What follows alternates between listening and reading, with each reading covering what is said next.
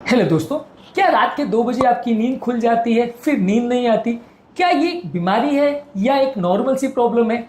इस बारे में आज डिस्कस करेंगे। सोकर उठ जाना बार बार एक काफ़ी कॉमन प्रॉब्लम है जिसे स्लीप अवेकनिंग बोलते हैं। आज हम डिस्कस करेंगे इसके क्या कारण हो सकते हैं, क्यों किसी व्यक्ति को बार बार नींद खुलने की प्रॉब्लम आ सकती है, ये सारी चीज़ों में क्या कारण हो सकते हैं और ये कारणों के बारे में हम क्या कर सकते हैं, इस मामले में हमारी क्या ओपिनियन है, हमारे क्लिनिक के एक्सपीरियंस पॉइंट्स क्या हैं और इस मामले में साइंटिफिक फैक्ट्स और स्टडीज क्या कहती है। कॉमन भाषा में कुछ एग्जांपल्स के साथ आपको समझाने का प्रयास करूंगा। टॉपिक पर जाने से पहले जो लोग हमारे चैनल पर नए हैं उन्हें रिक्वेस्ट करूंगा कि चैनल को सब्सक्राइब करें, वीडियोस को लाइक करें, शेयर करें, फॉलो करें, कमेंट करें, पूरा देखें। टॉपिक में काफ़ी इंटरेस्टिंग बातें होंगी, इसलिए इसे एंड तक देखिएगा। चलिए शुरू करते हैं। क्या आपको या आपके परिवार में किसी को स्लीप अवेकिंग प्रॉब्लम है? कमेंट सेक्शन में लिखकर हमें ज़रूर बताएं। सबसे कॉमन कारण ये होता है कि अगर किसी व्यक्ति का अगर स्लीप साइकिल कॉम्प्रोमाइज्ड है या उसको अगर स्लीप डिसऑर्डर है जिसकी वजह से उसकी नींद पूरी नहीं हो पा रही है, तो ये कारण हो सकता है जिसकी वजह से लोगों को बार बार नींद का प्रॉब्लम होता है। अगर कोई व्यक्ति को बार बार रात में पेशाब आने का प्रॉब्लम होता है यानी नॉक्टूरिया होता है, तो इसकी वजह से भी कई बार लोगों को इसका प्रॉब्लम होता है। ये उम्र दराज लोगों में, डायबिटिक लोगों में या जिन लोगों को किडनी का प्रॉब्लम है वहां ज्यादा लोगों में देखने को मिलता है। हाँ, ये काफी कॉमन है हमारे प्रैक्टिस में। एक लार्ज यूएस कोहॉर्ट में एक स्टडी हुई थी, जर्नल ऑफ यूरोपियन कार्डियोलॉजी में पब्लिश हुआ था 2011 में। इसमें शो हुआ था कि 50% लोग जिनको उम्र 60 से ज़्यादा है उनको रात में अगर 2 बार से ज़्यादा अगर नॉक्टूरिया होता है तो ये अपने आप में स्लीप डिस्टर्बेंस का एक इंपॉर्टेंट मार्कर देखा गया था। कई बार कई लोग की स्लीप ही फ्रैगमेंटेड होती है, बार बार टुकड़ों में होती है। ये लगभग वैसा ही है जैसे कोई आप ट्रेन की जर्नी कर रहे हो और हर स्टेशन पर वो रुकते चली जा रही है, हर बार आपको नॉइज का सामना करना पड़ रहा है, तो ओवरऑल आपकी मेंटल पीस कॉम्प्रोमाइज हो जाती है। तो वैसे फ्रैगमेंटेड स्लीप वाले लोगों की मेंटल पीस बहुत ज़्यादा कॉम्प्रोमाइज हो जाती है। काफ़ी ज़्यादा लोग को इस तरह के पेशेंट्स में डायबिटीज़ बढ़ जाता है, बीपी बढ़ जाता है, कोलेस्ट्रॉल बढ़ जाता है, हार्ट अटैक का रिस्क बढ़ जाता है। काफ़ी कॉमनली देखने को मिलता है उन लोगों को जिनको फ्रैगमेंटेड स्लीप की प्रॉब्लम है। रिसेंटली हमारे ओपीडी में एक 65 पेशेंट आए थे जिनको 3 से 4 बार रात को नींद खुलती थी उनकी, क्योंकि उनको नॉक्टूरिया यानी यूरिन का प्रॉब्लम था। शुगर की वजह से ये प्रॉब्लम हो रही थी। जैसे ही हमने शुगर के वैल्यूज को कंट्रोल किया उनकी प्रॉब्लम अपने आप चली गई। इसके अलावा ऑब्स्ट्रक्टिव स्लीप एपनिया, जो मोटापे वाले लोगों को खराटे का प्रॉब्लम होता है, वहां पे अक्सर देखने को मिलता है। ये भी अक्सर एक स्लीप अवेकनिंग का प्रॉब्लम होता है। इस तरह के लोगों की स्लीप पैटर्न को हम लगभग वैसे ही कंपेयर कर सकते हैं जैसे एक फैन है जो बिजली बार बार कम ज्यादा होने की वजह से वो बार बार रुकता है, चलता है, रुकता है, चलता है। लगभग वैसे ही इस तरह के लोगों के स्लीप का पैटर्न आपको देखने को मिलता है। बार बार ये इनका जो स्लीप साइकिल है चालू बंद होता रहता है, जिसकी वजह से इनकी नींद कभी पूरी नहीं होती और अगले दिन इनको दिन भर सोने की बार बार आदत पड़ती रहती है, बार बार इनको सोने की इच्छा होती है। American respiratory journal of critical care medicine में 2003 में एक आर्टिकल पब्लिश हुआ था। वहां दिखाया गया था कि ऑब्स्ट्रक्टिव स्लीप एपनिया की वजह से 1 घंटे में भी 30 से 50 बार नींद खुल सकती है, जो कि आपकी स्लीप साइकिल को कॉम्प्रोमाइज कर सकता है। इस तरह के पेशेंट अक्सर सबसे कॉमन कंप्लेंट जो लेके आते हैं वो ये होता है कि उनकी सुबह दिन भर बैठे बैठे उनको नींद आती रहती है, उनकी नींद पूरी नहीं हो पाती। रिसेंटली 42-year-old ओवरवेट पेशेंट हमारे पास आए थे जिनको दिन भर कमजोरी और सुस्ती की प्रॉब्लम थी। जब हमने पूछा तो पता चला कि रात को नींद पूरी नहीं होती। फिर वापस पूछा तो पता चला कि खराटे की प्रॉब्लम थी। पता चला कि उनको स्लीप एपनिया है जिसकी वजह से प्रॉब्लम थी। ट्रीटमेंट के बाद उनकी नींद की प्रॉब्लम और कमजोरी सुस्ती की प्रॉब्लम भी अपने आप चली गई।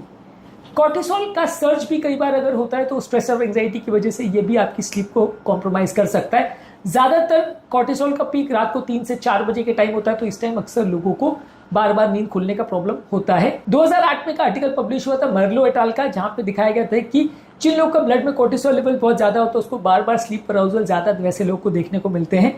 रिसेंटली भी हमारे पास एक आरटी प्रोफेशनल आए थे जिनको बहुत ज्यादा स्लीप की प्रॉब्लम थी और बार बार ये नींद टिपिकली रात को 3 बजे ही खुलती थी। उनका मेंटल स्ट्रेस कम करने के बाद अपने आप उनकी नींद की प्रॉब्लम चली गई।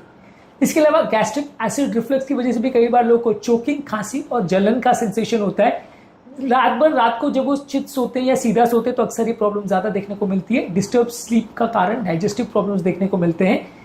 अमेरिकन जर्नल ऑफ गैस्ट्रोएंटरोलॉजी में एक आर्टिकल पब्लिश हुआ था जहां पे 75% पेशेंट्स को जिनको गैस्ट्रोएसोफेजियल रिफ्लक्स था उनको नींद की प्रॉब्लम देखने को मिली थी और 63% लोग को बार बार स्लीप डिस्टर्बेंस की प्रॉब्लम देखने को मिली थी।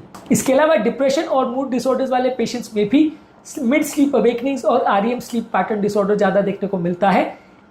जर्नल ऑफ क्लिनिकल साइकेट्री में 2005 में एक आर्टिकल पब्लिश हुआ था। वहां देखा गया था कि डिप्रेशन के पेशेंट को काफी अर्ली मॉर्निंग अवेकनिंग्स और रिड्यूस स्लो वेव स्लीप या रेस्टोरेटिव स्लीप काफी देखने को मिलती है। ये काफी कॉमनली हमारे पास होता है। रिसेंटली भी एक डिप्रेशन के पेशेंट हमारे पास आए थे जिनकी मेन प्रॉब्लम जो उन्होंने हमें बताया वो ये थी कि नींद नहीं आ रही थी। जब हमने उनकी हिस्ट्री पूछी तो उनका ब्रेकअप होने की वजह से उनको डिप्रेशन का प्रॉब्लम हुआ था। डिप्रेशन को ठीक किया, अपने आप स्लीप की प्रॉब्लम चली गई। इसके अलावा अनस्टेबल ब्लड शुगर वाले पेशेंट में रात को अगर हाइपोग्लाइसीमिया हो तो भी बार बार स्लीप अवेकनिंग्स हो सकती है। डायबिटीज केयर में 2003 में एक आर्टिकल पब्लिश हुआ था कि जिसमें दिखाया गया था कि लो लेवल का शुगर रात के टाइम अगर किसी व्यक्ति को हो जाए तो इसकी वजह से भी बार बार नींद खुल सकती है। इसके अलावा कुछ एनवायरमेंटल कॉजेज जैसे बहुत ज़्यादा लाइट होना, बहुत ज़्यादा नॉइज होना, टेम्परेचर चेंज होना, अनकंफर्टेबल मैट्रेस होना, ये सारी चीज़ें भी स्लीप अवेकनिंग कर सकती है। इसके अलावा रेस्टलेस लेग सिंड्रोम एक बीमारी है जहाँ पे रात को लोगों के हाथ पांव बिना कारण के चलते हैं। इस तरह के लोगों को भी अक्सर स्लीप अवेकनिंग्स हो सकती है। जर्नल ऑफ न्यूरोलॉजी में 2005 में एक आर्टिकल पब्लिश हुआ था जिसमें बताया गया था कि रेस्टलेस लेग सिंड्रोम का जो प्रॉब्लम है अडल्ट पॉपुलेशन में लगभग 10% लोगों को देखने को मिलता है और इनमें से 80% लोगों को स्लीप का प्रॉब्लम ज्यादा देखने को मिलता है। इसके अलावा अगर किसी व्यक्ति को बहुत ज्यादा स्लीप हाइजीन का प्रॉब्लम है, अगर वो अपने सोने का टाइम फिक्स नहीं रखता है, बहुत ज्यादा चाय कॉफी अल्कोहल लेता है तो भी ज्यादा प्रॉब्लम हो सकती है। कोई व्यक्ति अगर स्टेरॉइड्स पे, डीकंजेस्टेंट पे, एंटी डिप्रेसेंट पे है और बीटा ब्लॉकर्स पे है तो भी प्रॉब्लम हो सकती है। इसके अलावा हार्मोनल चेंजेस जब सडनली होते हैं जैसे मेनोपॉज या प्रेगनेंसी होती है या मेंस्ट्रुएशन होता है तब भी लोगों को प्रॉब्लम हो सकती है। कई लोगों को लंबे समय तक अगर पेन होता है, आर्थराइटिस है, फाइब्रोमाइल्जिया का, अस्थमा का या हार्ट डिजीज का, तो वैसे व्यक्ति को भी फ्रैगमेंटेड स्लीप हो सकती है।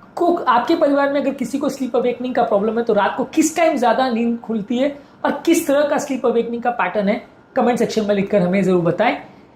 प्रैक्टिकल यूटिलिटी के कुछ पॉइंट्स आपको बताऊंगा जो आपको इस टॉपिक से मिली जानकारी को यूटिलाइज करने में मदद करेगी। यदि आपको स्लीप का प्रॉब्लम है तो चाय कॉफी कम रखिए, मोबाइल स्क्रीन के यूजेस को कम रखिए, मानसिक स्ट्रेस को कम रखिए, आपकी ओवरऑल एनर्जी लेवल्स को इंप्रूव करिए, आपकी स्लीप साइकिल को प्रॉपर इवैल्यूएट कराइए, अगर एसिडिटी और हार्मोनल इश्यूज है तो उसको प्रॉपर इवैल्यूएट कराइए, और अगर आपका साइकेट्रिक प्रॉब्लम्स कुछ है तो एक साइकेट्रिस्ट को आप कंसल्ट कर सकते हैं। अगर बार बार नींद खुल रही है तो डेफिनेटली उसको इवैल्यूएट करने की जरूरत है। ये आपके ओवरऑल लाइफ साइकिल को कॉम्प्रोमाइज कर सकता है, बहुत सारी बीमारियों का कारण बन सकता है, तो इस मामले में इसे इग्नोर करना गलत हो सकता है, ये आपके लिए काफ़ी डेंजरस भी हो सकता है। जितना डेंजरस आप इसे समझते हैं उससे कहीं गुना ज़्यादा डेंजरस हो सकता है।